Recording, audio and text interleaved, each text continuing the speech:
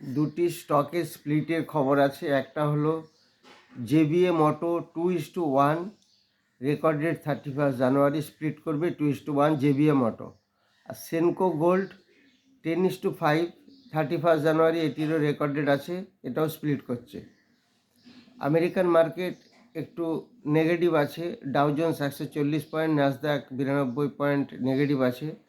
European market slightly positive আছে, আর China এবং হ্যাংসেং দুটি পজিটিভ আছে।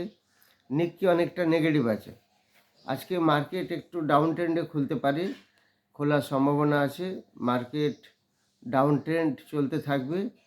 এবং এফআইআর ব্যাপারটা তো আপনারা জানেন, অনেকে চেয়েছেন যে বোনাসের রেকর্ড ডেটটা বলে দিলে ভালো হয়। আমি ভিডিওতে বলে দেবো, কেননা শর্টসের মধ্যে টাইম পাওয়া যায় না। কেমন, স্প্লিট এর ব্যাপারটা এসেছে নিউজ, বলে দিলাম।